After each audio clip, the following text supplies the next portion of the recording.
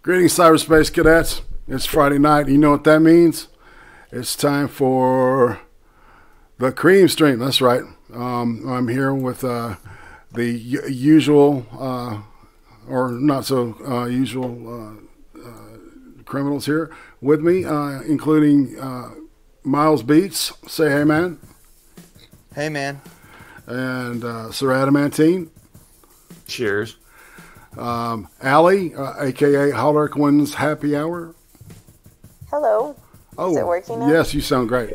And tonight's guest, American Gadfly. Say hey. How's it going? All right, killer. We've got stuff working now. Nice. Okay. Yeah, this is last minute things. So how's everybody's day been before we get going? Anybody got anything they want to go ahead? Oh, it's been absolutely amazing. Drove all the way down to Sacramento for whatever reason. Came back for whatever reason. Ended up with a shitload of weed and a smile on my face. Okay. Yeah. Well, I'm pretty sure points 2 and 3 went together. There you go. Connect the dots. That makes a triangle.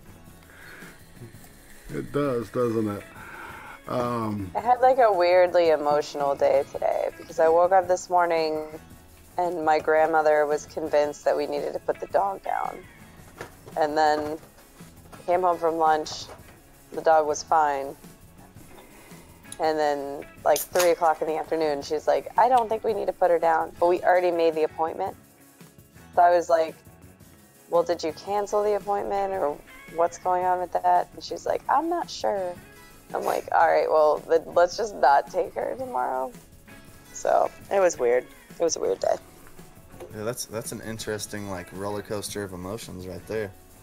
Yeah, it was not fun. Up and down, Yeah, up and I'm down. sorry to hear that. Yeah, no doubt.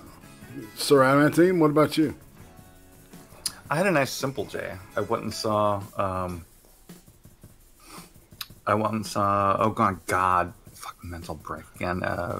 Help me out here. We were talking about it earlier. Movie? Gadfly. Deadpool 2? Deadpool 2, thank you. Saw Deadpool 2 today, finally. I give that a solid thumbs up. Excellent film, every bit as good as the first. And then I went home and started drinking, and now I'm here, so no complaints. Well, that, and so... I'm going to take the parsnip. What's that? What's that? I said I'm going to take the parsnip to see that when he's here. I haven't seen it yet. We're waiting. It's good. Good. Yeah. So, yeah, you don't usually hear that kind of response to a sequel, unless it's one of those rare occasions where the sequel is like better than the first movie, which is very rare. But very rare is the sequel as good as the first movie if it's really good. You see what I'm saying? Yeah, I've had a rough day, so I've been like hammered shit over here. Yeah. In my opinion, at least, it would be I wouldn't say better or worse than the first film. I would say it's incredibly consistent with the first film. Well, that's what you want. That's right. And then the man of the I guess half hour or hour and a half, depending on how we want to look at it, American Gadfly. Tell us about yourself. What made you choose the name Gadfly? Because I looked it up, and Gadfly is an annoying person, especially one who provokes others into action by criticism. Which pretty much encapsulates who I am as a person. The name. When I was in high school. It was the first time I heard about Socrates. He chose the name Gadfly because he was constantly asking questions and annoying the shit out of people with it. And I annoy the shit out of people with it. Why do we do this? Why do we do that? What's the purpose of this? And so it just resonated with me, and I've stuck with it ever since. I've always liked it. Well, cool. Yeah, as a matter of fact, one of the school, I think it was the poetry book that our school that I went to when I was in high school up in Tennessee. That was the name. It was called the Gadfly, and I always thought that was an interesting name. So, and I've got a couple of friends that I could describe as annoying people that provoke me into thought by criticism. So, into action. So, that's a great description. All right, I've been checking you out. You remember when we first really met was when there was a blunt stream going on that AP was doing, and it was about kind of like he was like doing a take on Coast to Coast, talking about Rougarous and shit like that. It was I can't remember everything we talked about, but it was mysterious stuff, and you were one of the main guests. I ended up hopping in there, and we ended up talking about it, and then I subbed to your channel, and I looked at a lot of your subject matters, really cool stuff, like the Manson family. You talk about looking at a certain YouTuber and as asking if this person's a psychopath or fits the dark triad that makes up of a serial killer type person, mystery type stuff, UFOs. They were talking about space, the space corps, the space army, the space whatever they want to call it, space force. And you and I, see, we've been looking about stuff like the Aurora and projects like that, the directed energy weapons that we're developing, the DARPA stuff. And what DARPA is, if y'all don't know it, is the American research and development for secret shit. Like back in the day, the internet was a DARPA project and was a DARPA creation. And the military had it years before it was before the scientists had it, and then it was not long after the scientists were using it and using stuff like bulletin boards and shit that they decided to go ahead and open it up to the public. Yeah, the idea of DARPA is not to advance technology; it's to radically advance technology. Right. To do crazy shit that other agencies wouldn't consider. Like build airplanes that can't be seen on radar. That was a lot of Lockheed stuff is DARPA money that goes to them. So tell us about what got you into that, man, and tell us about your channel. So well,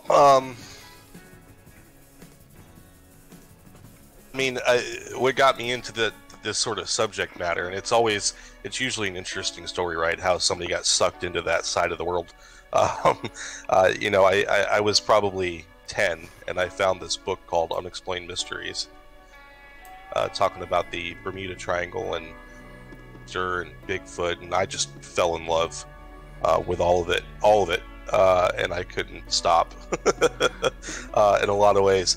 So, but as far as my show is concerned, I used to listen to Coast to Coast quite a bit, and I've always been straightforward that my whole formula is ripped straight from Coast to Coast.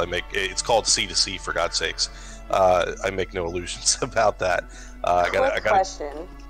Go ahead. Have you ever listened to Coast and run into a guy called Ken Hansen? Name does sound familiar, but it's escaping me right now. It's my professor in college. He's an awesome dude. Oh yeah. He does the biblical kind of stuff. He's a biblical scholar. Right on. Yeah. So I fell in love with Art Bell and George Norrie. I was listening heavily when George Norrie was the main broadcaster, and Art did the weekends. And I was a correctional officer at the time, so I'd be sitting there all night, midnight to 8 a.m. Nothing else to do, and I just stumbled across Coast to Coast. So as far as my channel is concerned, I've always kind of wanted to do a YouTube channel, but I didn't like the idea of doing videos. I did try it. You know, I did make a couple of videos, and I hated the editing process. Saw Worski having a successful show. You know, he already had a fan base, and then I saw Tonkasaw grow his channel based on live shows, and that was really do that. You know, that I would be into. And I kind of looked around, and it was sort of like, well, what am I going to talk about? Because I don't want to just sit there and talk about current events. Everybody does that, right? So I wanted to do something different, and I didn't see anybody else doing the type of show that I do. What is the type? I mean, for those that are listening or watching or whatever, what is the type of show that you do? Yeah, so basically, that may not be familiar with you. Sure. Good question. So basically, what is formatted, you know, most of the time, not always, but most of the time, up front, I'll have like strange and interesting news stories. Like a UFO was spotted in Italy like a month ago, and the guy caught it on camera. So I spent, you know, the first 20 minutes showing that video and going over that, and then we move into the main subject of whatever that night is. And I covered just one subject, you know, pretty thoroughly. He gave a couple of examples, like the Manson family. You know, go through all the sequence of events of everything that happened, and then some of the conspiracy theories that surround that. Son of Sam I did recently too. We're doing Kennedy assassination tomorrow night, so just cover a topic fully as much as I can. So how much research do you actually put into said topic? I mean, is it something that you freestyle right before you go onto a stream or a live show, or is it something that you possibly prepare for a couple days in advance? I really wish I could freestyle it, but it takes me. I do my show Saturday night, and it takes me most of the day Saturday to get everything together. And there have been plenty of times where I felt like I probably could have done more research. You know what I mean? Well, I mean, you always end up feeling like, you know, that's always at the end of the day. No matter what, you'll always notice a detail that you missed that could have been more fulfilling to whatever story you're trying to tell, or maybe you fell over yourself and explained details in the wrong order. Like, there's always room for improvement. That's, you know, obviously. Well, that's the cool thing. And this is something I have found out. I didn't expect this, but the last part of my show, and sometimes it's really, really short, sometimes it's really, really long, it just depends, but I open it up for people to come on, so members of the audience, if they have questions or things they want to talk about in the chat, they can bring it up there, or they can hop in the Discord and actually call in. Yeah, exactly. Yeah, nice. And what I have found is when I do miss stuff, people in the chat know, and they're like, hey, you forgot this thing or that thing, and I'm like, oh, cool, and I'll bring it up and I'll look it up or whatever, and we've had some pretty interesting moments because of that, which makes it really cool. That's fucking absolutely awesome. Like, it's, you know, it's really nice to have that tie-in with the people that are sitting there listening, you know, either whether they're watching it on YouTube, sitting in front of their computer, staring at their screen, just waiting to type and chat, or they have their cell phone in their pocket plugged in with their headphones in, and they're at work and they're just listening to the fucking, you know, the stream because they find it entertaining. Mm-hmm. Yeah. And then to hear their input, yeah, that's pretty cool. Yeah, it's been the people really enjoy it. You know, I've got about 20 people that show up every Saturday night without fail, and then there's usually a fluctuation of 10 or other people that are coming in for the first time to check it out, and you know, maybe they'll be there live or maybe they'll catch it later, but either way, they seem to stick around, which is cool. I wasn't sure how that was going to go. Yeah, that's dope. I'm in like the 15 to 25 range. Sometimes if I do really good, I'll hit the 45 range. Nice. But that's the hard fish to catch. That's like the Moby Dick for me right now. Like passing, the highest I got was 49. I was like, 50, come on, let's get 50 concurrent viewers. IRATE, isn't that like a triple?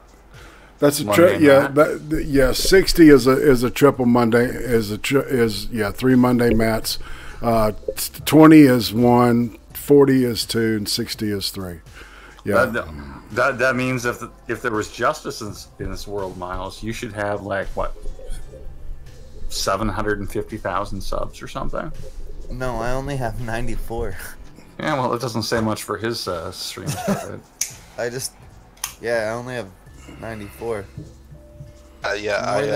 More than 20% of my subscribers watch my stream every single time I stream. I don't know what that means. I'm not the star here. Yeah, there are a bunch of people that and they always watch it later. I'll catch their comments, and every once in a while they'll make it to a live show and they're like, "Hey, I'm here finally," and which is cool. I don't mind that because they're still watching, you know. Obviously the live. I've had one stream where I triggered a lot of people that got up to a little over 60. It didn't stay there. It dropped back down to. I usually go somewhere between 30 to 40. Sir, people coming in for the first time, or I like the 30 mark. Makes me smile. Like that's when I'm really smiling. At 25, I start grinning. I'm like, all right, we're doing this. And then at 35, I'm like, yeah, cool. Yeah, I get so caught up in the material that I'll probably only look once during the whole stream at some point. I don't know. Dude, I split my screen in half so I can watch both sides. Yeah, see, I hardly even pay attention to what's going on in the in the chat, until occasionally I'll check it out. But it's like I don't know, man. My head gets too wrapped up, and I'll like start donating all my time into what's going on in the chat and shit, and forget what's going on in my show, and it's like, and I don't know. That's just me, Yeah, well, I get what you're saying, though. Yeah. I mean, for me personally, I have ADHD, so I have the ability to focus on multiple things at one time. But, like, not saying that sounded really fucking condescending, and I didn't mean it to sound that way. But I mean, like, I can focus on more than one thing at a time. But the main reason why I keep both things open is, like, when I'm looking at subject matter. So let's say I try a new show and I use a different subject matter or format or whatever. I want to see what the watchers do. So, like, I noticed, when I do a certain thing, I'll get more viewers. When I do this, I'll get less. Mm-hmm. Like, when I game, only, like, 8 or 9 people will watch. You know what I mean? So right. It's like, so I have to keep my screen split in half so I can watch it. It depends on what kind of stream you're trying to do. Whether or not you're trying to have an interactive one, or whether or not you're just, I want to do this, and I'm going to say this, and hopefully they like it. I'm trying to do the stream that gets the most viewers. That's it. You're thoughting. Oh, totally. Your inner thought is showing. That's totally acceptable, though. I mean, that's the point, right? I think the time that I streamed that I had the most views was when a bunch of us got together and we did one that we called the drama stream. Mm-hmm. And we like advertised it for like, I don't know, like a week. We were like, come see this, it's the drama stream. If you want to talk about drama, you're going to see all the drama you want to do. And then we immediately started reading the importance of being earnest. And like our viewer count was like super high, and then people in the chat were just like, what is going on? What is this? What's happening? Like, I don't understand. And we all did it in weird accents, and then it just dropped off. Like, people, this is fucking stupid. That was funny as shit. Ellie, it wasn't a stream. It was on Twitter, and I'm gonna recollect it incorrectly, but correct me. There was some fantastic social experiment that you and Parsnip did. I think it was you and Parsnip, where you feigned some sort of horrible argument. Was that you? Probably. wouldn't surprise me. I'm pretty sure it was like the two of you, and like everyone was like, "What's wrong?" Oh, because we were like breaking up in public or something. We do that a lot. Like, we've done it on stream a few times too, where the two of us have just like gotten on stream and been like, "That's it, I'm done," and people are like, "Oh no," and then I'll get DMs, "Are you okay? Is everything okay?" Yeah, I no longer remember the details, but it was good reading. Wouldn't surprise me. I don't know, I kind of live to fuck with people sometimes. We get like a wild hair up our ass and we're like, let's see. And then we did the pregnancy thing already too, and it's like, if anybody has been following any of this at all, he lives in Norway. It's 5,000 miles away from Orlando. And he hasn't been here yet. And like, we're pretty open about that. Like, he's coming here this summer and that's the first time that we're going to meet. And I posted something because I signed up for a bunch of early childhood conferences. So they sent me a, Similac, which is formula, in the mail. Because they get your name off of a list, and they were all educational professional conferences, but you know, they send you all this like free baby shit. And so I had 2 cans of formula and I had a positive ovulation test. So I took a picture of the ovulation test and a picture of the formula, and I was like, surprise, we're having a baby. And people like were congratulating us like for days. They're like, you're even after we were both like, no, it's not real, people were still congratulating us. They were like, congratulations, I'm so happy for you guys are awesome, you're an awesome couple. And the two of us were just cracking up. They're like, why would they think that one little indicator test and a couple jars of formula, and like, he just kept making jokes about how big his dick was, and nobody got it. They're like, ha ha ha. It was so big. It was so big he could get you pregnant from Norway. Yeah. You know, right across the ocean. That's funny as shit. Migrants use his dick as a bridge.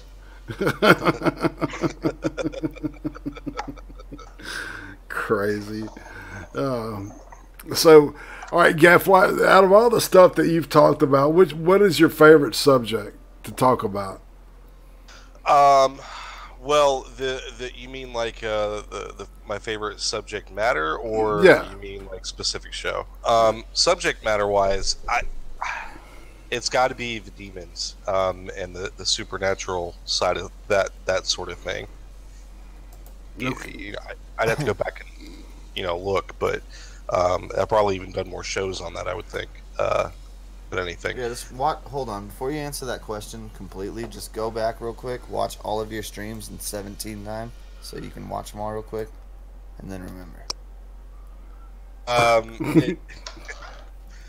Yeah, demonic ghosts, that sort of crazy is probably my favorite. I love talking about that stuff. Yeah, all right. So just describe the kind of shit that happens in these stories. I mean, because, and I'm laughing because it's so weird, man.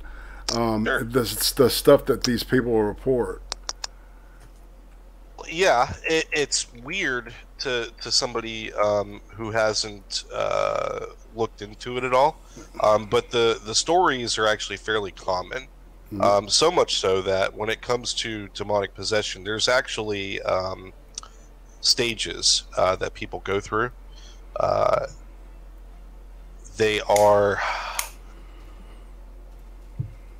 there's only 3, and I always forget. But oppression is the first one. I'm trying to look them up right now for you. But basically, they go through these 3 stages, and the final one is possession. And they're so the stages are so similar.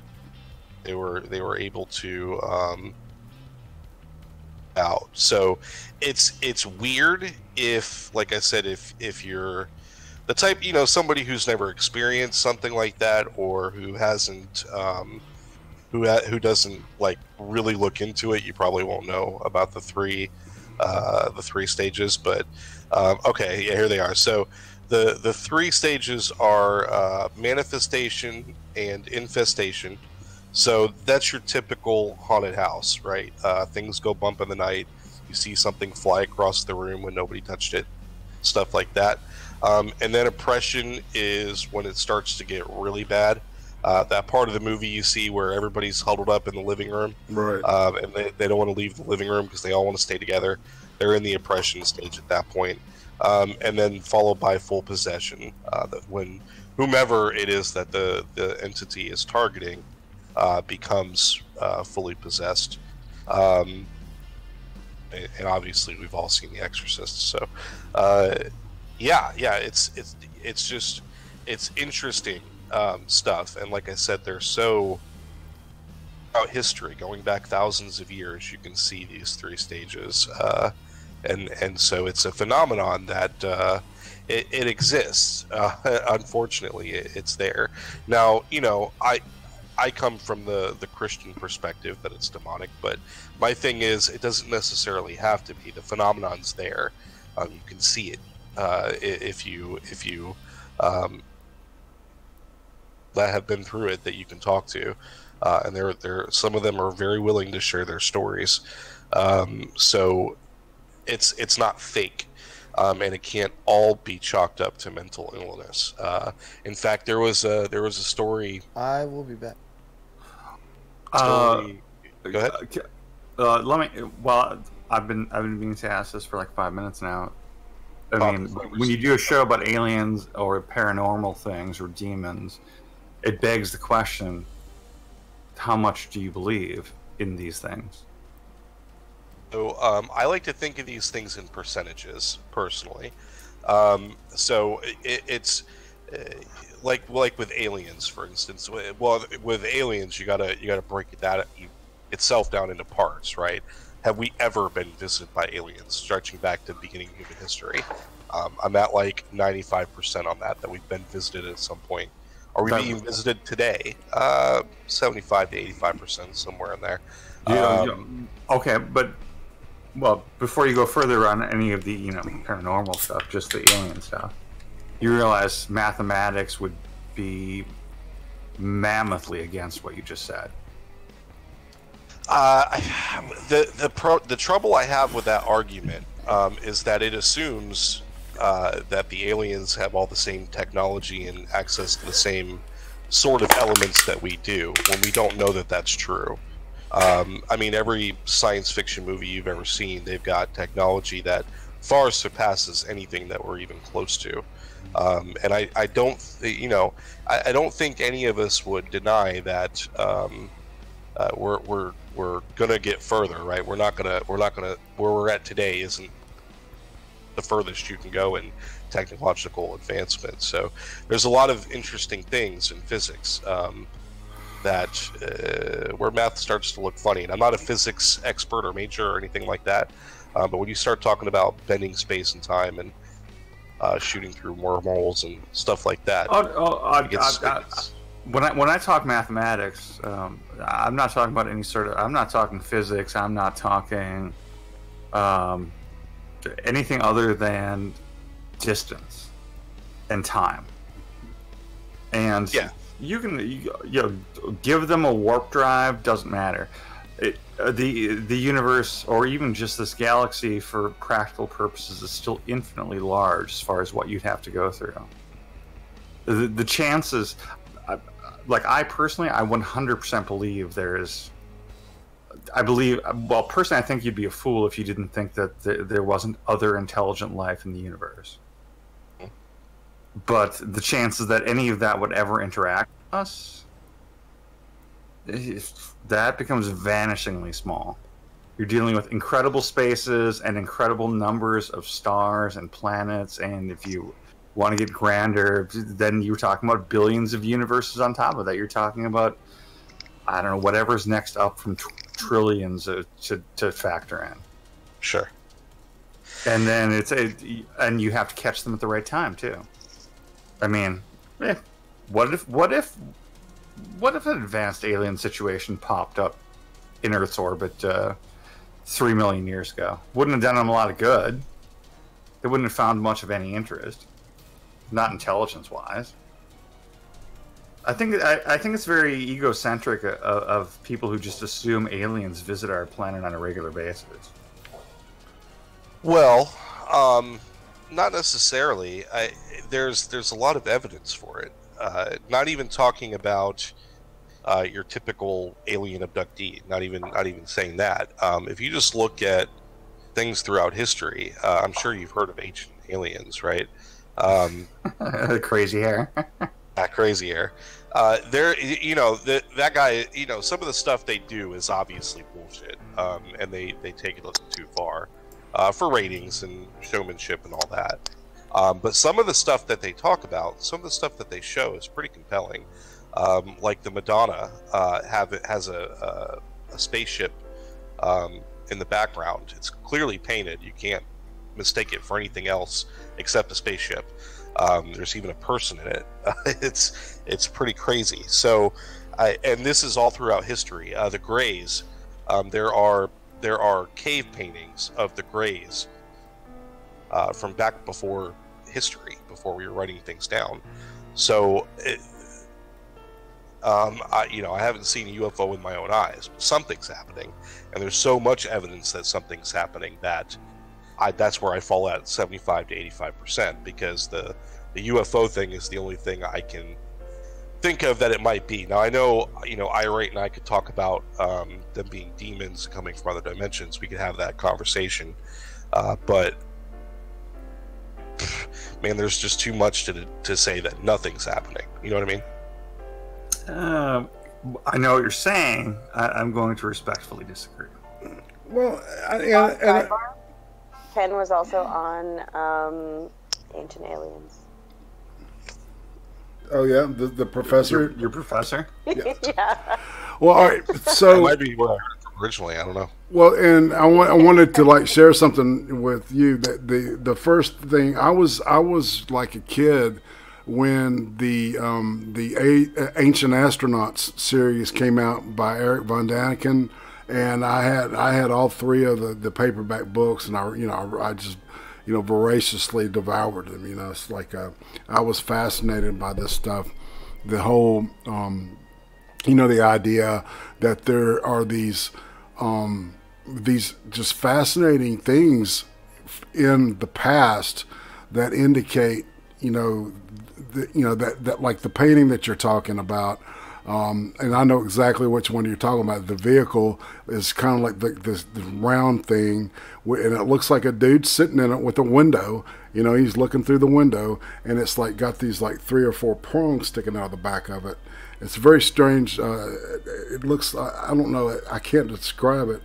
It looks like kind of like a Sputnik almost, with with the little spikes going behind it. But and so, and then there's the stuff, the Aztecs, the plains of Nazca, that are huge, man. I mean, they're just laid out like landing strips and stuff.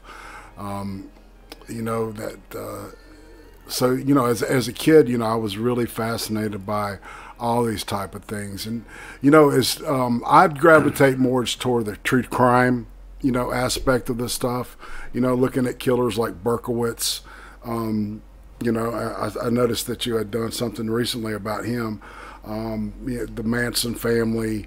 What kind of, all right, what kind of person, can have that much influence over a group of people, even with psychotropic drugs being used, right? To have the power to send them out and to order them to kill people, or to send them into a state to where they willingly go out and murder people because somebody says this race war needs to start, and the only way we can do it is by killing people. The plan was just fucked up and stupid to begin with, but You know, it was the dude was crazed on acid and shit. It was, and you know what's really the oddest thing about this guy is that he just died. You know, and he rotted in prison for years. You know, they should have hung the fucker. That's just me, but. Well, he ended up with the death penalty initially, but then they had to commute a sentence because they eradicated the death penalty. Him and like a bunch of them. I might have even been all of them got the death penalty. Yeah, I think. Pretty sure it was. Quite a few. The other guy. I don't know. I'm not sure about the girls. I don't remember now, but Tex. definitely Tex. Yeah, definitely him and Tex got the death penalty, and it got commuted. I think the only one that didn't end up with the death penalty was Beausoleil. I think because he was 3 family slaughters. He was involved with the Hinman murder. Yeah, and the youngest one, she might actually get paroled. She has been approved for parole twice, and both times the governor denied it. So the parole board said, yeah, she's fine. She can get out of prison. And in both cases, because who wants to be the governor that paroles a Manson family member, right? He's got to go back for re-election. So was that Linda Kasabian? I don't. That sounds right, but I don't remember now. It's been a couple. I can't remember. I know a couple of them passed away. I know Susan Atkins died. She passed. Yeah, the youngest one though, she's still kicking, and apparently she's been a model prisoner. I guess she, a year or so after getting her sentence, she snapped out of whatever the hell he had done to her, and she's been a perfect model prisoner ever since then, beyond even what most people would expect from a prisoner. And so didn't Tex Watson convert to Christianity and became a devout Christian in prison? Huge Christian. Yeah, well, that's not exactly a rarity for prisoners to decide to do that. It happens a lot. Let's see, Leslie Van Houten. Oh yeah, I know. It looks like I'm trying to figure out which one's the one that's still alive. Isn't the one still alive the one with the stupid name? Like Screechy or something? Squeaky Fromm. She's the one that tried to kill Gerald Ford. Yeah. No, I think Linda Kasabian is still alive, and I think she was the one that was able to be paroled, and so is Patricia Krenwinkel.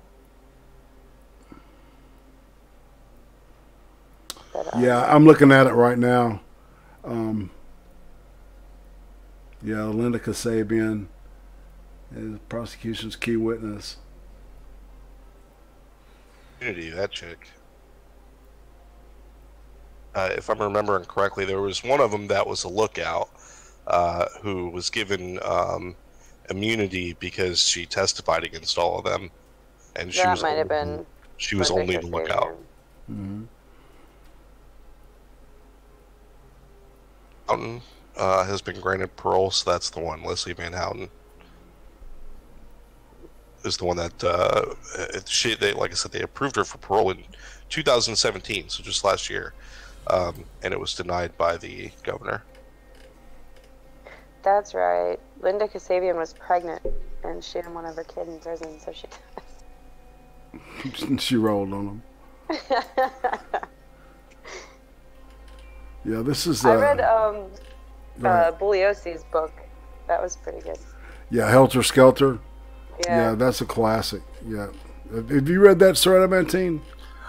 I have it on audiobook, and and the thing is, I love audiobooks because they're so convenient, but they're not like reading a book. So I've started it like 3 times, and I've gotten like probably up to a third of the way through it.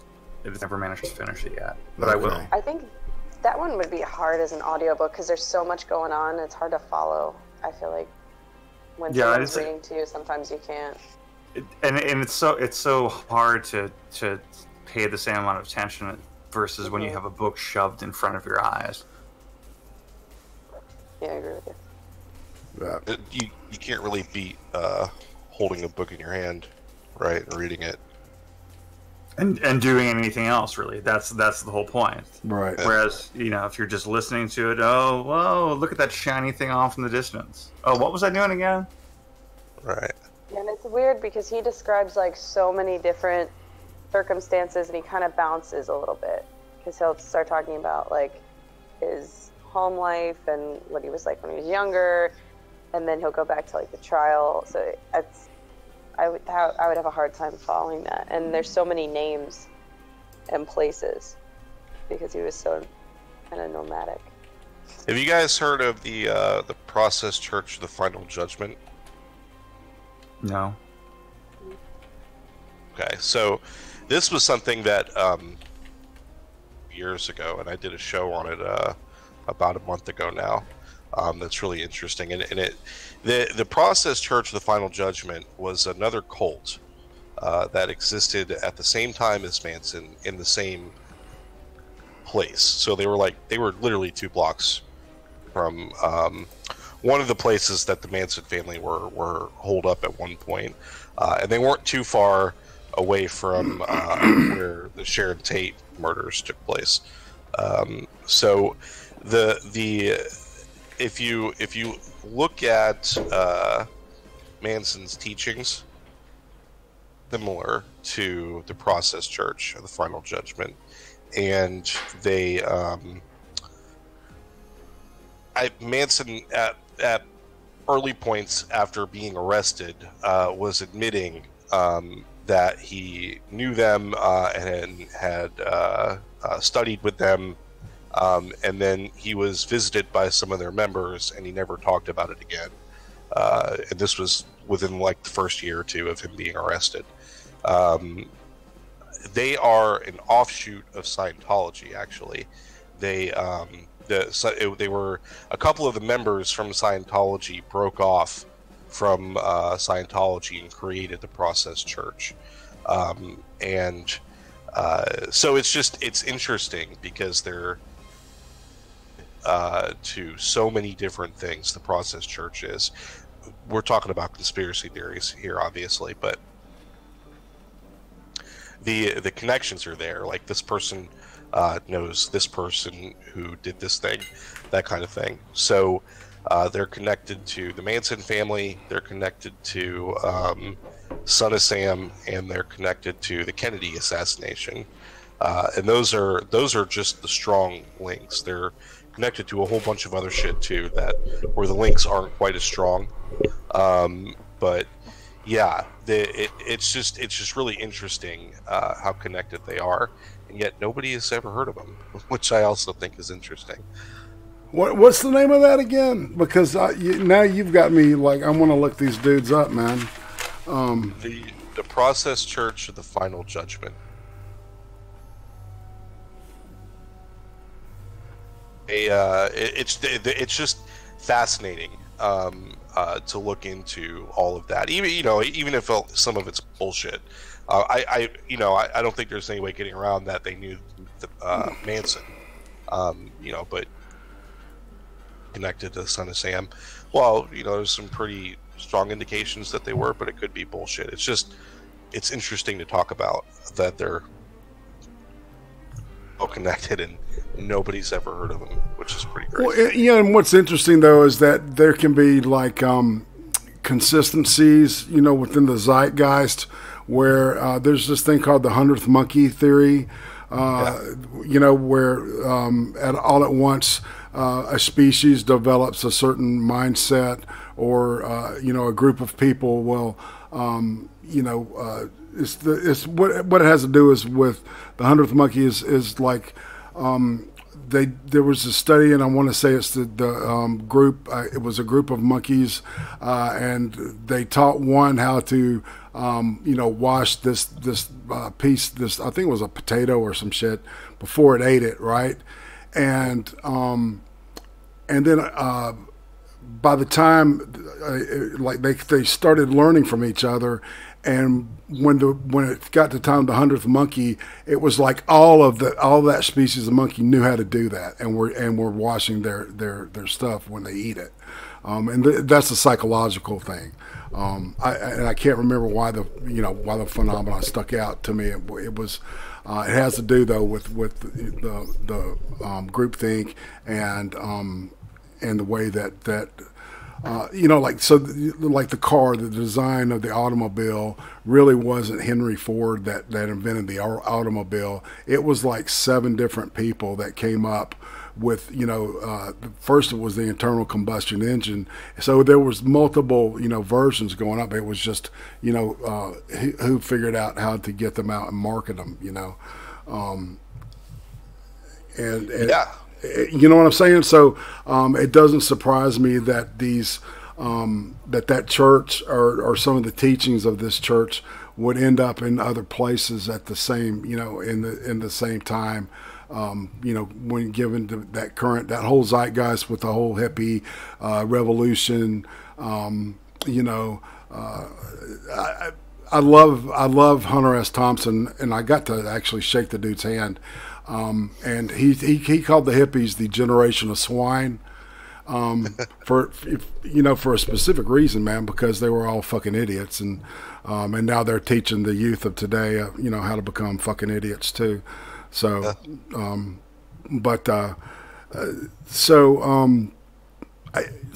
I guess I wanted to talk a little bit about the dark triad, since we're kind of hovering in that area, and how it may or may not fit certain YouTubers. Okay. Are you You all right, dude?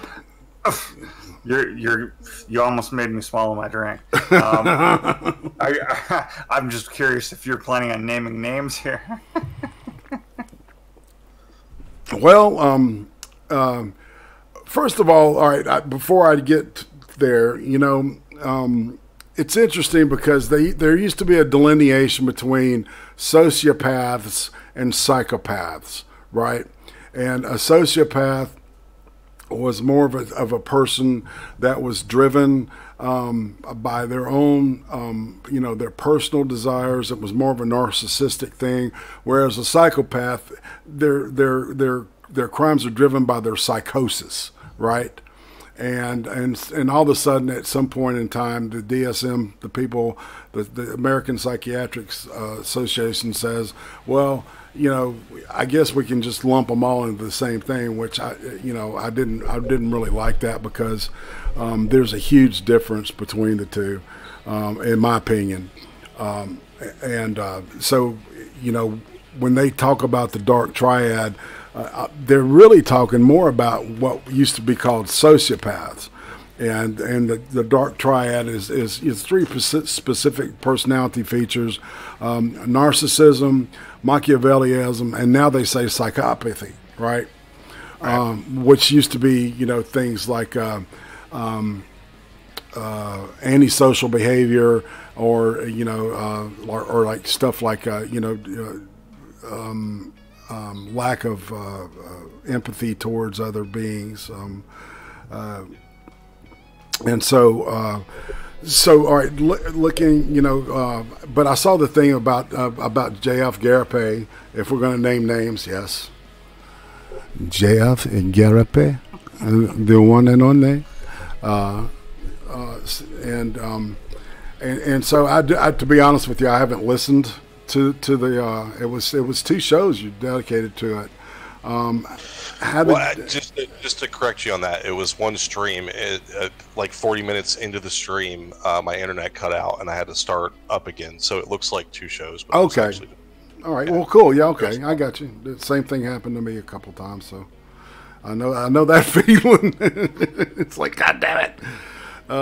So you want to talk about that? Or if you'd like to, just so everybody is aware, I did like JF at one point. In fact, I was sub to him for quite a while, since of last year. I was subbed to JF. But around, well, the day that he snapped during the Dyer debate is when I started seeing JF differently, and I started keeping a closer eye on what he was doing on the streams and whatnot. And I'm subbed to the Kumite. I watch those guys every day. I'm subbed to Worski, and I was subbed to JF, but I didn't watch him very much. I pretty much just watched him on Worski at that point. And so I was catching all of these things as they were happening. And then Ralph too. I've been subbed to Ralph for a few months now. So as all these things were happening, I was seeing them live. And I would recall things that happened in the past. And my whole life I'm not an expert. And I said this very clearly in that I'm not a psychologist by any stretch of the imagination. I'm just some guy that reads a lot about serial killers. So I've read a lot about sociopathy when he did that final stream where he went on and talked to Ralph right after he and Worski broke up, he said some things where it was very obvious in my mind that he was a sociopath. Again, I'm a layman, not a psychologist, but in my mind, okay, this dude's a sociopath. I can't. The specific line was where sometimes we fake feelings to convince our partners of, I'd have to go back and pull up the exact quote, but it was something along those lines. And I'm like, oh my God, this guy is a fucking sociopath. So that I waited. I didn't want to do what I did. I didn't want to. I swear to God, I didn't want to do it. I kept waiting for somebody else to talk about it because I could see people in the chat were talking about it. I wasn't the only one thinking this. And I could tell that other streamers were trying to avoid it, and that after I realized that nobody was going to talk about this, I kind of felt obligated to, because on my show we do talk about sociopaths. It's not the first time that I've talked about a sociopath on my show, so I kind of felt obligated to if nobody else was going to, because that's what we do on my show. And I was convinced, by the way, that I was going to lose half my subs. And not many people were going to stick around. So luckily it didn't go that way, but that's what I thought was going to happen. But yeah, so I'm not a psychologist. I'm just some dude that reads a lot about this kind of stuff. And I still am convinced that he probably is one. I can't say that he is, because it would be unethical for me to make that claim, not being a psychologist. But I would not do business or date him if I were a girl. I would not date him, and I would not do business with him just based on. So that's. I mean, do you have any specific questions for me, or? What? No, I just wanted to kind of touch on it because because I had noticed that that those he specifically had been singled out. And I can, it's like I think I'm still subbed to him, and but it's like, but I see, in retrospect, the thing, that night the Dwyer debate was very interesting because I had that on, and when he, I knew that was done when he told Andy to shut the fuck up, It was like, you shut the fuck up. It was like, holy shit. If I was his boss, I would have fired him right there. I would have said, you get the fuck out. But that's neither here nor there or anything. And so, it kind of pricked my ears up too as to what was going on. And so it was just, I thought it was very fascinating that you had done a whole thing about that. So I'll be sure and listen to it. Because going through I had worked for a little while, for about 15 years as a therapist. Not really a psychiatrist therapist, but more as a, not life coach, but using techniques and stuff and experience, working with drug addict kids and psychiatric, dual diagnosed, adolescents, teen and young adults, and then later, working with adults. So, it's really difficult to try to put, labels like that on, even, with that, that background. But, it's really hard not to, see certain behaviors, right, exactly.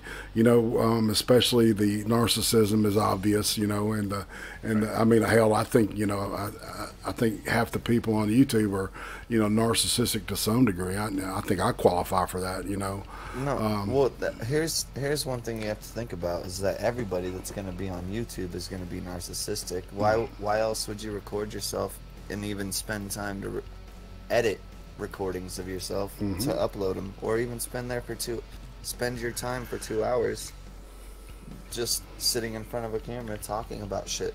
Exactly. Yeah, absolutely. I think I even said that. Yeah. On the show, I said, to some degree, anybody who could sit there and think that other people want to listen to what the fuck they got to say enough to get on YouTube and do it, it's got to be at least a little bit narcissistic, right? But there's like I said, unfortunately, a whole lot more than just narcissism going on there, and the evidence is there. It's YouTube, so we don't. I can't. It's not like I have a camera set up in his house, right? So I'm just pulling stuff from YouTube, things he's said and done.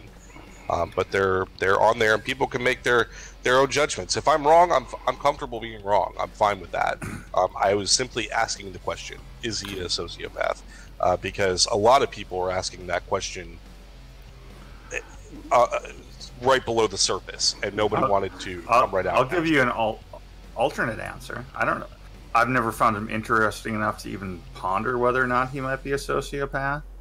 But he's a creeper, number one, and number two, white supremacy just doesn't interest me very much. So I don't get his appeal. Period. He strikes me. I'm assuming he's short. He's a French Canadian. He's got nothing going for him already. Why he ever got any followers and why Andy ever chose to have him as a co-host is beyond. Well, that's that Machiavellian, it's like being able to manipulate people, to be able to sell yourself. I mean, that's kind of part of the sociopaths. Usually are very charming people, very ingratiating. A lot of them become in addition to, killers and shit, they also become politicians and police officers. Oh God, I don't remember which of you was saying this like 5 minutes earlier about if you're on YouTube, you're a narcissist, which I don't necessarily agree with, but I do believe that if you're willing to be a politician beyond like city council, if you're willing to go any higher than that, you're unqualified for the job by definition, because you have so high of an ego of yourself that you think you deserve to rule other people. I don't know. I've always been of the opinion that everyone has a little bit of sociopathy, but there's like, I try to categorize it.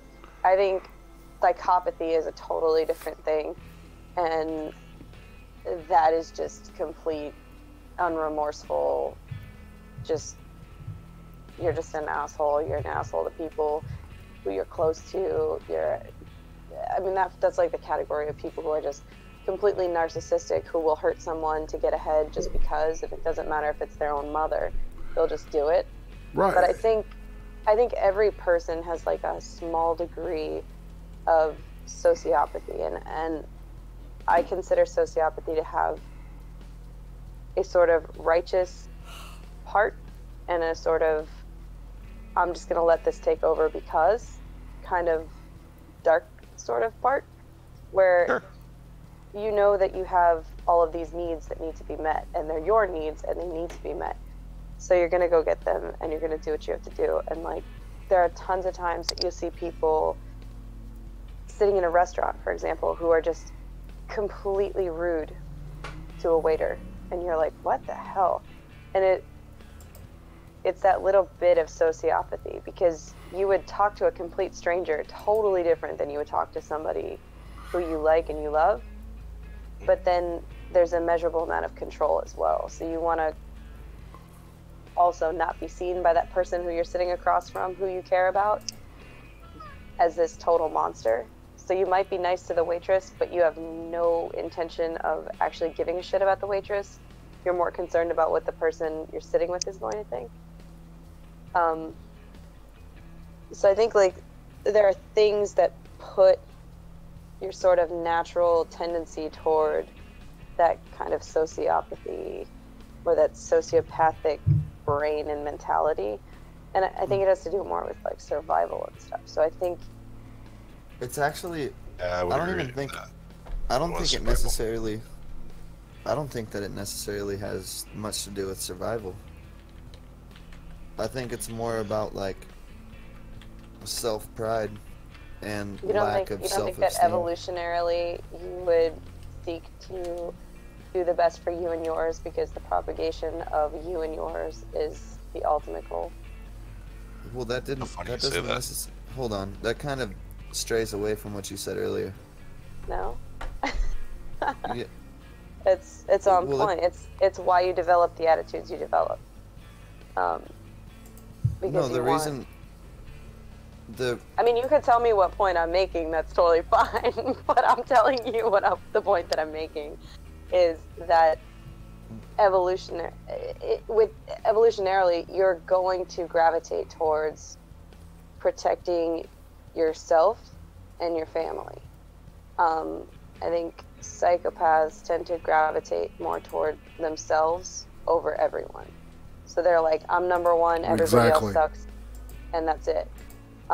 Whereas with the sociopath, you see, I mean, like, you'll see people who could give two shits about everyone else in the world but that one person that they care about, right? Like, if somebody hurts that person will go insane. And that's maybe a little bit of like a Ted Bundy type complex. Like, he would go out and kill women who he didn't know, and it wasn't a problem. But none of the women in his life felt threatened by him. Right. Are we basically saying given the choice of the two, a sociopath would be preferable to a psychopath? Because at least external loyalty exists somewhere. I think you can reason better with the sociopathic brain, and I think people tend to have more of the sociopathic traits as individuals. Like, if you're honest with yourself, you're like, yeah, sometimes I do those things. Well, opposed to... Yeah, if we're going by that definition, I could very easily say, I love the people I love and fuck the rest, really. Right. Mm-hmm. I mean, not like go out of my way to fuck the rest, but if it comes down to it, yeah. Well, but that's easily explained by evolution. You know, I mean, you would care about your tribe, right? You wouldn't necessarily care about everybody else around you. That's why people have wars and they fight and they do. That's why people want to have sex. Right. Mm-hmm. Paths don't care about their tribe. Almost. The point you're making. About sociopaths? Yeah, I am. Or are you talking about psychopaths?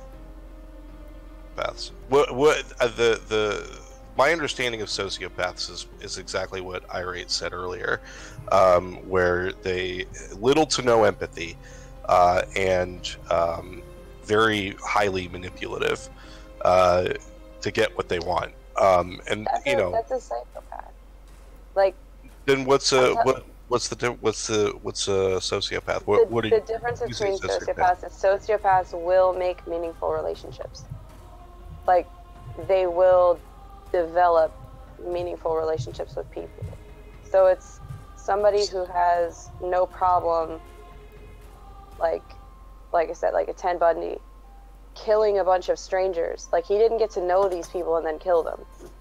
Right, he just went out, found these people, and killed them without ever. Yeah, I think you've got it. I think you got it flipped because that he was a sociopath. Ted Bundy's an example because it's like he does all this stuff, but he's not making these relationships with these people. He's feigning the emotions that he's expressing towards these people. He's just like acting like he's supposed to act, right? That was going to be my question, is how do you know that a sociopath has developed a real relationship with somebody and is not just feigning that to get what they want? Because that's what separates a sociopath and a psychopath. But how would you ever know that?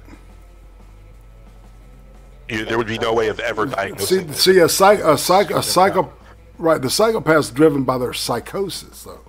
See, a psychosis is a mental illness like schizophrenia or something like that, to where their thinking is just wrong, right? And they're unable to form those relationships, even though they have people that they love and that love them. They can't express that because of their psychosis. If they're treated like you treat with antipsychotics, then they're able to do fine. Whereas a sociopath doesn't have that luxury. You can't give a pill to a sociopath and they're going to change. They'll just lie to you. Adapt, yeah. Okay, but all right. I mean, I guess we could argue the merits of it, but like the difference between a psychopath. I think this is a semantic thing more. I think it's a conscience issue. Like a psychopath does not have a conscience. A sociopath does. It's easier to reach sociopaths than it is to reach psychopaths. Sociopaths will make meaningful relationships. Yeah, and that's like the relationship that Ted Bundy had with his mother. That was a meaningful relationship about a woman that he cared about. Now, it doesn't necessarily have to be more than one meaningful relationship, but he was most sorry for hurting his mother. He wasn't sorry for the people that he killed. He was sorry that his mother had to find out that this is what he did. So someone who engages in sociopathy will have a feeling of remorse, but it might not necessarily be the feeling of remorse that we said. Like, if you kill someone, you're like, oh my gosh, I can't believe this happened, I'm so sorry. Like, even if it was you were doing chest compressions and trying to save their life and you didn't save them, you might feel terrible about it. Like, I didn't do enough, or I didn't do this. That wouldn't be something that he would feel, but he would feel bad tangentially that he hurt somebody he cared about. A psychopath wouldn't. That's the difference between, like, Charles Manson did not give a shit about any of the people who he supposedly formed meaningful relationships with. He just didn't. And these are people who he groomed and called his family and threw them under the bus to save himself, no problem. These are people, women he had children with, and the people who he considered closest to him. So that's the difference, is a sociopath will have a conscience. They will think. It might not necessarily be the way that we expect them to think, but they're easier to reach than a psychopath. And it's all antisocial personality disorder. It just depends on what type of, I mean, you're not going to look in the DSM and go, okay, this is a psychopath, and okay, this is a sociopath.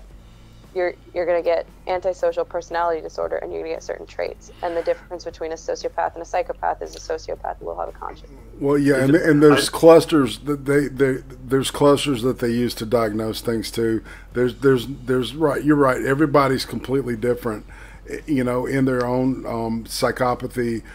So I see when you talk about it that way, I understand what you're saying. Yeah, I got you. I will say too. I understand the whole concept of a psychopath is they're very smooth and they can make you think they think things that they don't think or feel. Mm-hmm. But given the proper amount of time, what Allie was saying in terms of legitimately caring, given it a long enough history, you can tell which is which. Mm-hmm. Because when they really care, they'll do things that are against their self-interest. Yeah. Well,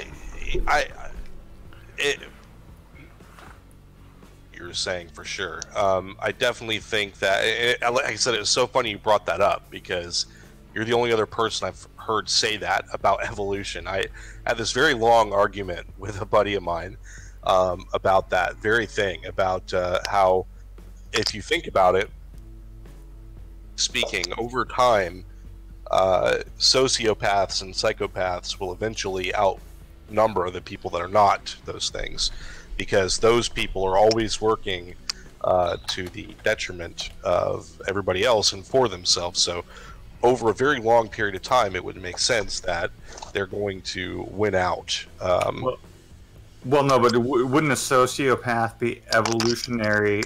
You know, morality aside, wouldn't a sociopath be evolutionarily advantageous, whereas a psychopath really wouldn't? Because would they even be bothered to incline to breed? And if they did, would they be inclined to raise a child that would succeed and thrive?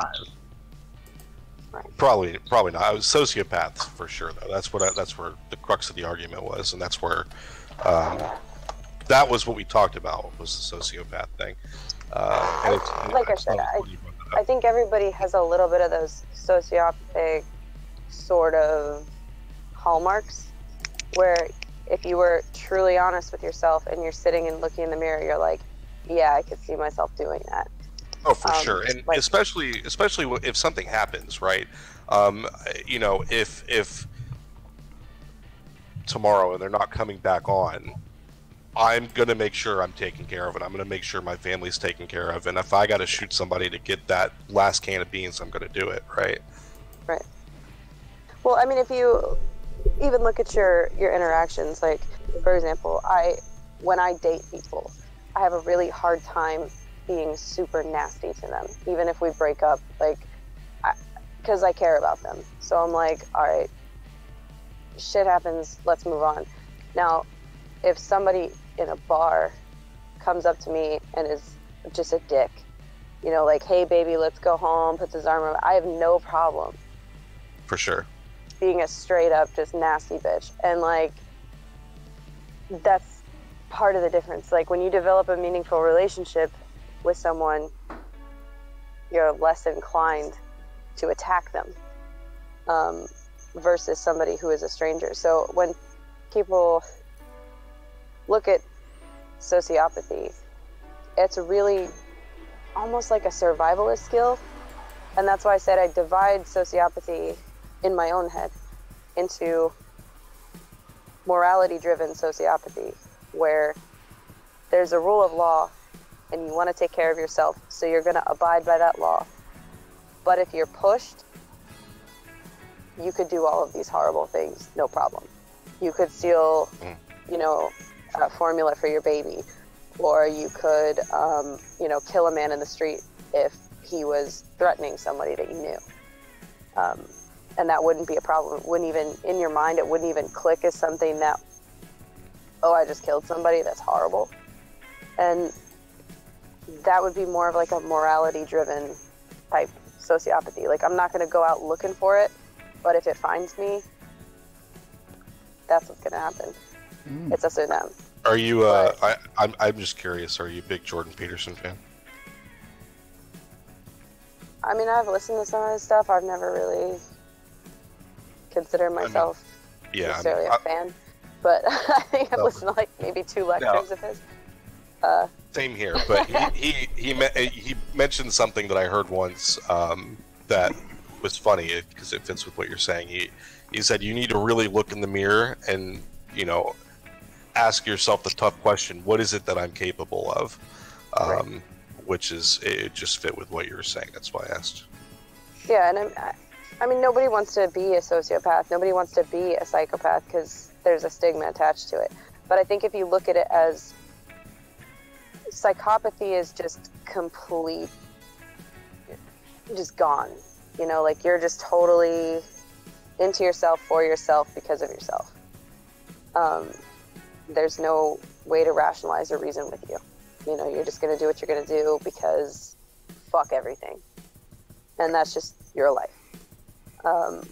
Whereas with sociopaths, and like a lot of the kids that I work with have these sort of dualistic traits where you can see something going really, really, really wrong. But if you're able to kind of curb that and say, hey, look, what's going to happen to you if, you might be able to fix that a little bit with that morality-driven sort of, you know, consequence issue. Where you're like, okay, yeah, sure, you can do whatever you want, but you're going to end up in jail for a really long time, and then someone's going to tell you what to do. So, so you can almost kind of use that consequence-driven morality to curb the behaviors you don't want to see. So I think, like I said, sociopaths are a lot easier to deal with. A lot of kids with oppositional defiance disorder are just psychopaths. I mean, doesn't matter. And if you don't medicate them, it doesn't matter what you tell them. It doesn't matter what you do to them. They're not going to care. Like, that's just who they are. And so you'll see kids that will, like, nothing will be going on, and they'll pick up a pencil or a scissor and stab another kid. And you're like, why? I don't know. Okay. Well, now you have to leave, or this is going to happen, or, you know, whatever it is. And they're just like, okay. And there's just no, like, there's no touch base. Whereas somebody who might not have that psychopathic trait might do that, and you're like, why? And they're like, because they looked at me. Well, is that a good response? Look, your friend is crying. And then they kind of feel like, okay, you're right. That was bad. And then you're like, okay, well, this is the consequence for that. And then they're like, okay, that was really bad. So it's a lot easier to touch on people who have that little bit of survivalist, moral sociopathy, as opposed to just complete psychopath. And it's a lot easier to fix someone who is tending toward more of a sociopathy than a psychopathy. Autists are like that because they don't understand. So their ability to gauge a response from someone isn't always there necessarily. Yeah. And so they get like really quick to anger and really quick to hurt someone. And then you almost have to bring them back over and be like, you made this person cry. You hurt this person. And then they come in more to themselves and they're like, I didn't mean to do that. And you're like, well, you did. Or even with their words. So you have to kind of slow everything down for them and explain it. And then over time, if you work with it and you catch it early enough, you're usually able to kind of curb that sort of destructive, detrimental, abusive behaviors. Well, yeah, and that's personality disorder treatment. You know, I mean, that's just years and years of just repetitive behavioralist, behaviorally oriented, and some cognitive, didactic stuff. But yeah, years and years, whereas with, when it comes to just, regular mental illness, instead of a personality disorder, it's a lot easier to deal with chemicals, so, but yeah, it's tough, and it's, and I'm kind of curious. Are you, Harley? Are you like a psychiatrist or something? I'm a behaviorist. I work with children with behavioral disorders. Gotcha. You just seem like you know a lot about it. I found an article about this. I posted in the general. It basically confirms what you're saying. So yeah. I mean, it is what it is, but it'd be nicer if everybody was just nice to everyone and got along and sang kumbaya. But it's not a good way to survive either, because if everybody's just getting along and happy and whatever, you're not going to have those type of things that are going to eliminate population. So you'll run out of space. What was that? I had to let the dog out. That's cool. It was a weird noise. I was like, oh, okay. She's 15 and she's got to go to the bathroom. Hey. She's the one I DM'd you about. We this morning thought we were gonna have to put her down, and then turns out we were able to avoid that crisis. Yeah. She made in the house, and last night I went to bed early, so I didn't get to let her out before bedtime to go. And I live with my grandmother, and she was not happy. And so she made an appointment to take the dog to put her down, and we were able to avoid that crisis. So I was like super upset. How did you say your grandmother was now? She's in her 80s. Okay, well, all right. So, looking back with our American Gadfly, we're looking at the last 10 minutes of the show. Is there anything all right, so out of all the things that you've covered, is there anything you want to cover more? You talked about like focusing a lot on the demonic possession, things like that. Is there something that you haven't looked at enough, in your opinion?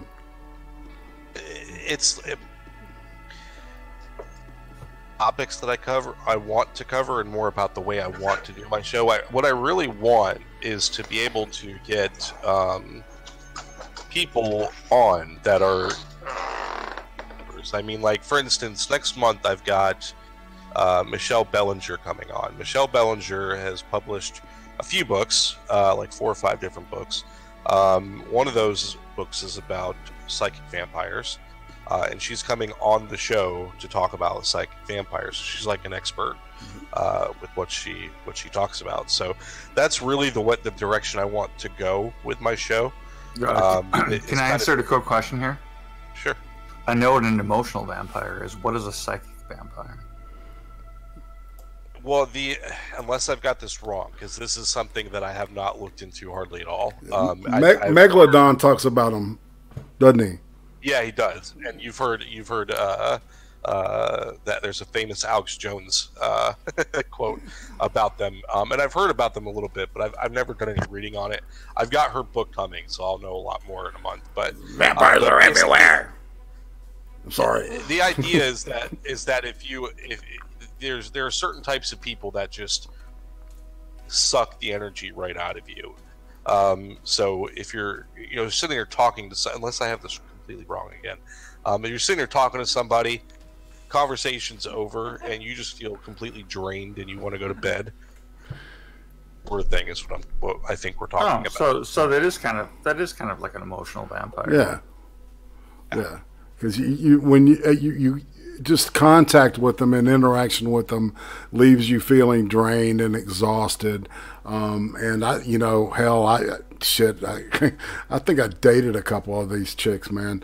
But I really do, because it would just be, emotionally demanding and it would be just like, at the end of the day, you just barely have enough energy to do anything, man. So that's fat. Yeah, that's very interesting. I'd like to hear more of what where you go with that. Sure, and that's the direction I want to go. Like, I really like what we had the UFOs are demons guy come on. That was a really interesting conversation. Like, he's an actual researcher. Like, he's out in the field. And then there are we had Sanasta come on. He was an occult.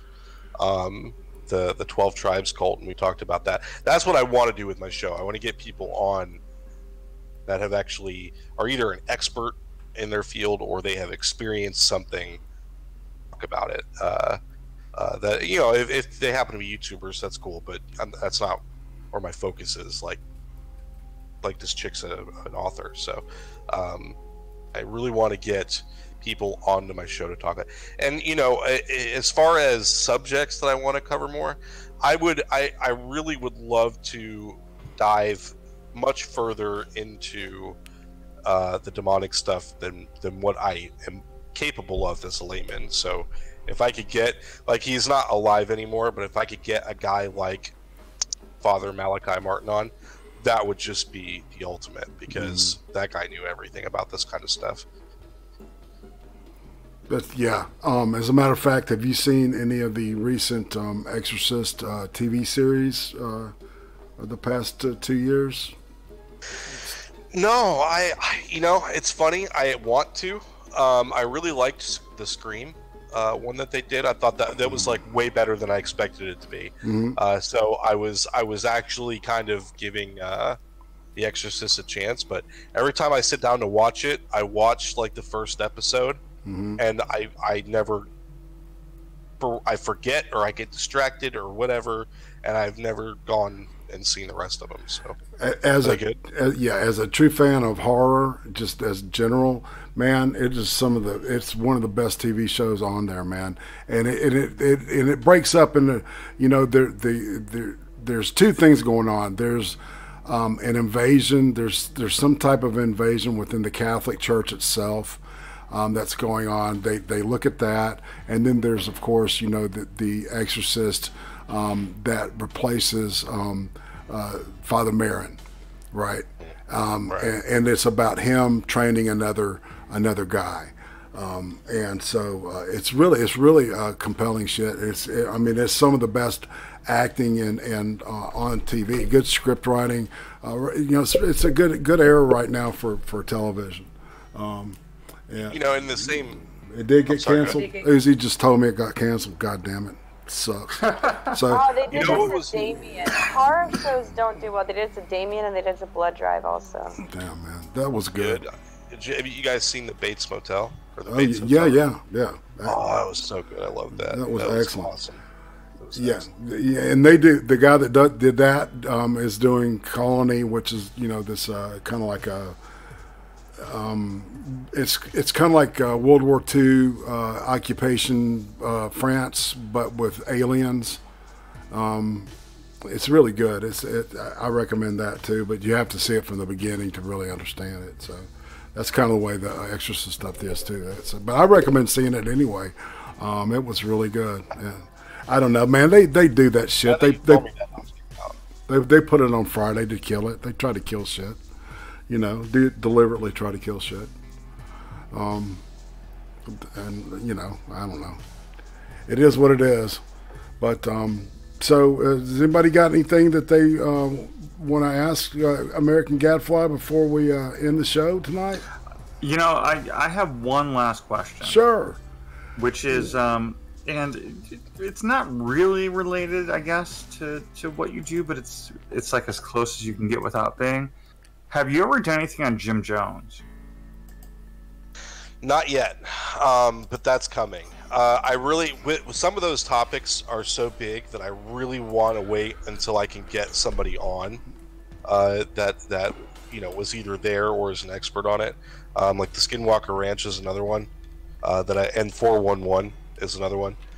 But Jim Jones, I have tapes. I've watched every documentary ever made about that guy, and so it will happen eventually.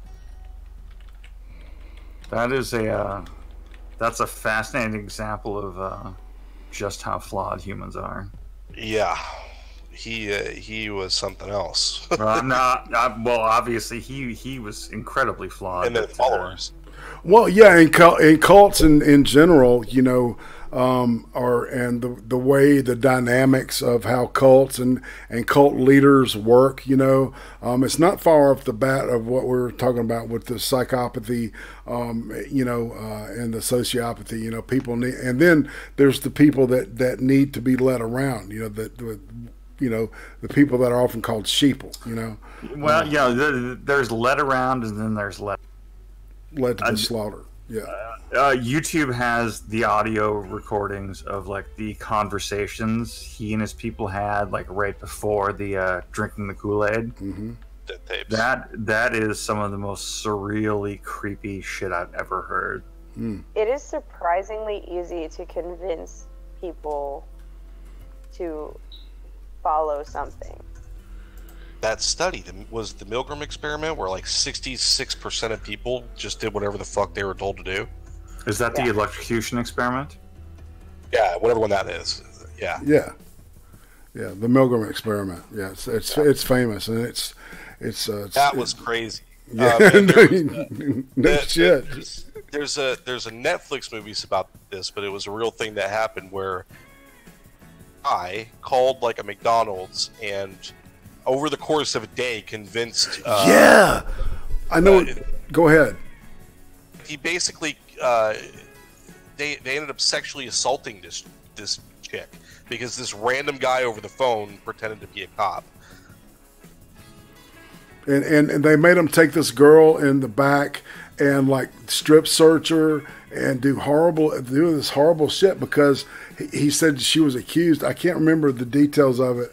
But drugs. It was drugs. Her brother was going to be arrested, and there was stuff in her car, and yeah. Oh, dude, that was so fucked up. It's a true story. That's what's fucked up about it. Yeah, exactly. See, that kind of stuff just blows my mind, man. It's just and nobody even thought to just like put him on hold and call the cops and say it's just to verify whether the guy was for real or not. It's just insane, man. Yeah, well, if you think about it, like how many people get scammed by like phone call scammers or email scammers a year, and it's just like they're just so willing to believe whatever it is you tell them because they're genuinely good-natured people, and to get somebody to do something like cultish is a lot easier than people give it credit for. I mean, there are so many people who just want to belong. It's kind of sad. Yeah. I agree. It sucks that people would take advantage of that. Indeed. Well, I think on that note, we'll go ahead and close out another episode of the CREEM Stream. I want to thank everybody that showed up. Especially want to thank American Gadfly, man. You were awesome. It's a lot of fun. Thank you for having me on. Do you have anything you want to tomorrow night's show? You want to tell people about that and where and when and what time and all that? Eastern Standard Time, we're going to do the Robert Kennedy assassination, which will wrap up all of the crap that the Process Church is involved in. So it's been kind of like an overarching thing for the last month or so. Tomorrow night's the last one, though, and then we'll move on to something else. All right. What time Eastern? 10 p.m. Eastern Standard Time. We do it every Saturday. All right, and that'll be 9 Central, y'all, and 7 Pacific. So, Harley, you got anything? Sunday, I will be on Emperor Vulcan's channel doing the usual driving him nuts. Killer. And Sir Adamantine, tomorrow? I have the usual drinks with friends at 3 Central, 4 Eastern. That's right. And yeah.